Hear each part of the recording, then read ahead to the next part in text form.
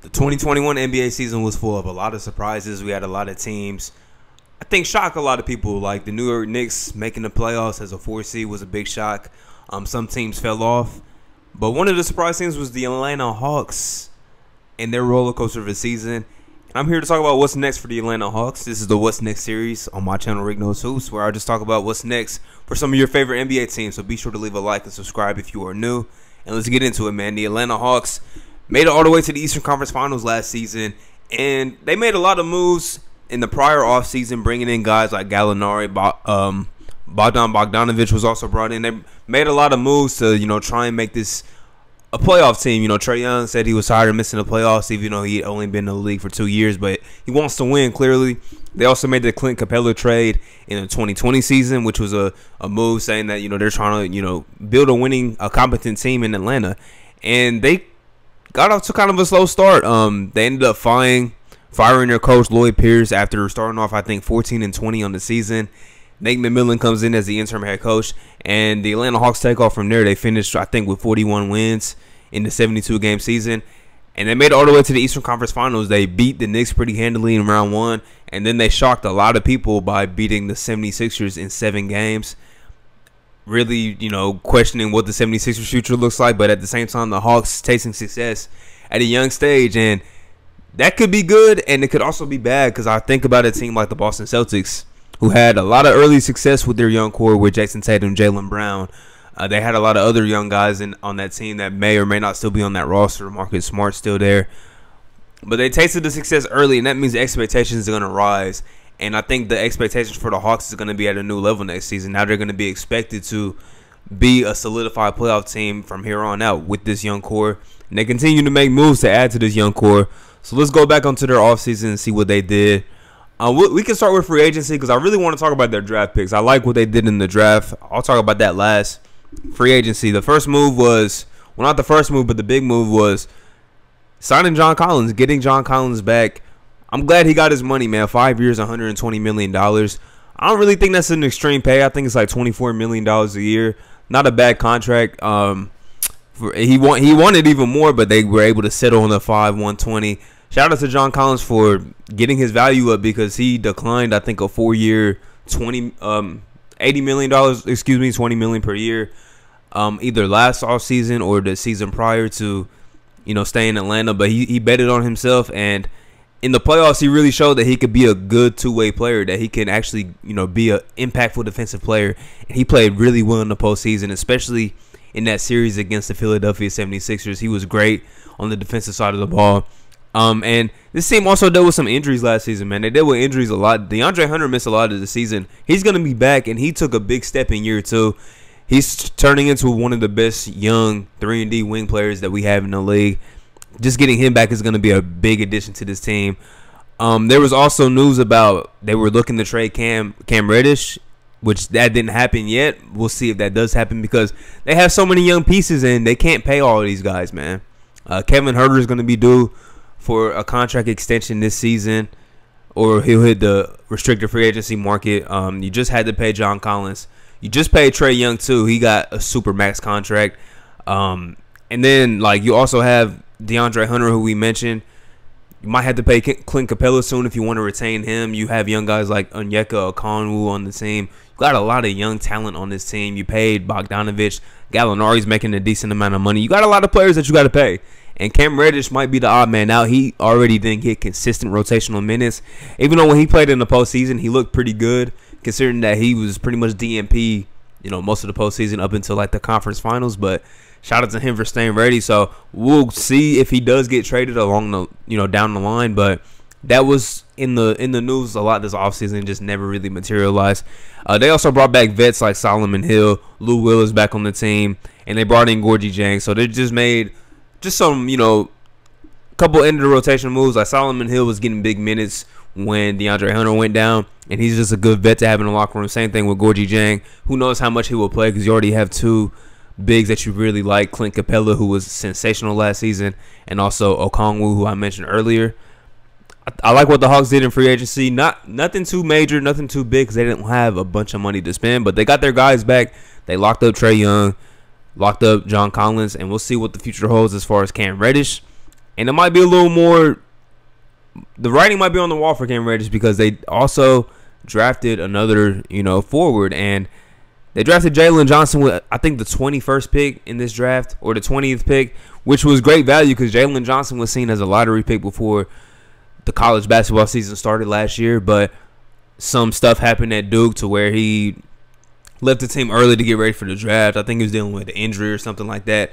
I don't know the whole gist to that story, but that's what I've heard. The most of was like an injury, so he just left, said he wanted to get ready for the draft. And he fell all the way to the 20th pick to the Atlanta Hawks. And I think that was just a great value pick, man. Low risk, high reward type of pick. He looks really good in summer league. You take that with a grain of salt, but he's a project type player. Like, I think in a few years he can be a very impactful player for this Atlanta Hawks team. And I like that pick a lot. The Hawks do a very good job drafting, man. I mean, John Collins was out of the lottery. Kevin Huerter was out of the lottery. They got Cam Reddish, who's, if he's not going to be good in Atlanta, I think he's going to be good somewhere else. Obviously, Trae Young has worked out very well. Okongwu looks pretty good. This is a good team that does a very good job with their drafting. So shout out to them for once again looking like they did it right with their first round pick. And I also want to talk about their second round pick in Sharife Cooper. When I was streaming the draft, I was saying to the viewers that I think they should have taken him at 20. I was saying that he was a candidate to take at 20. They obviously went with Jalen Johnson, but I thought Sharife Cooper would be the perfect backup point guard to have with Trae Young because very similar in stature. They do a lot of the same things.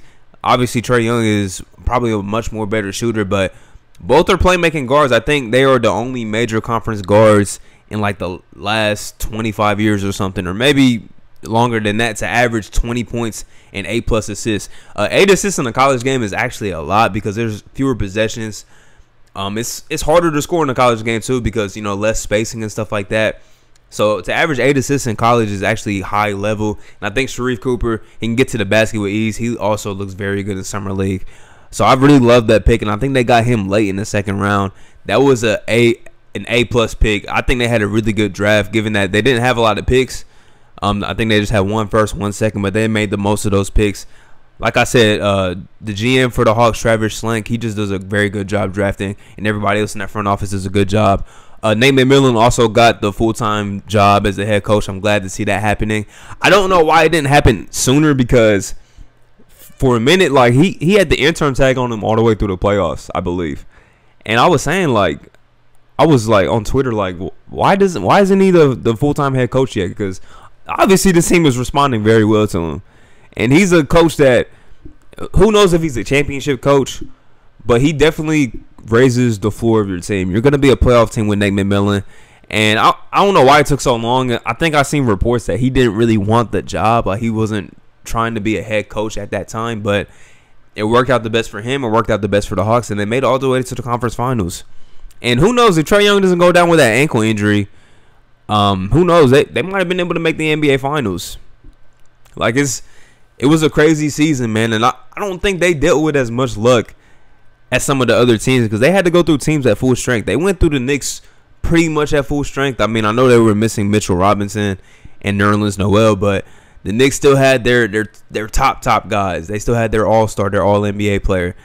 They went against the 76ers. 76ers was at full strength too. Joel Embiid, even though he did get hurt, was dealing with an injury, he was playing still at a high level.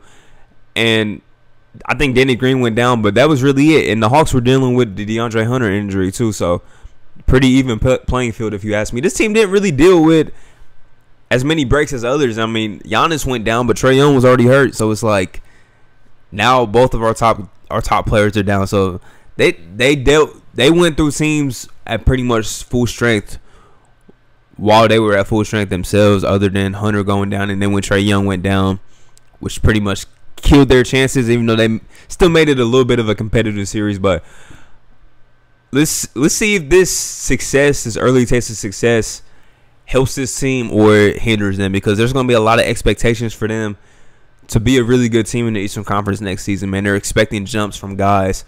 John Collins has to get back to being like a 20-10 guy. I'm not sure what his averages were last season, but I don't think it was 20-10 like it was the couple years before. And Trae Young is going to be expected to be an all-star. He can't have a down start like how he did last season. Clint Capela is going to be expected to have that same impact all season long.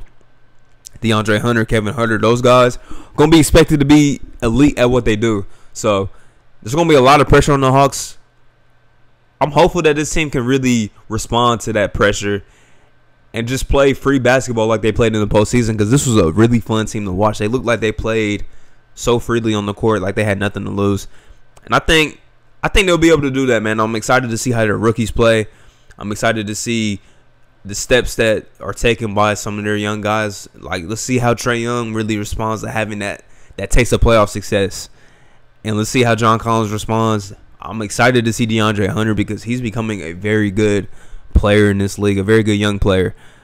Kevin Huerter had a big Game 7 against the 76ers. He had a really good playoff run too. So I'm excited to see what this Hawks team can do, man. And I don't think it was a fluke that they made it to the conference finals at all. I think they deserved it. They went through teams at full strength.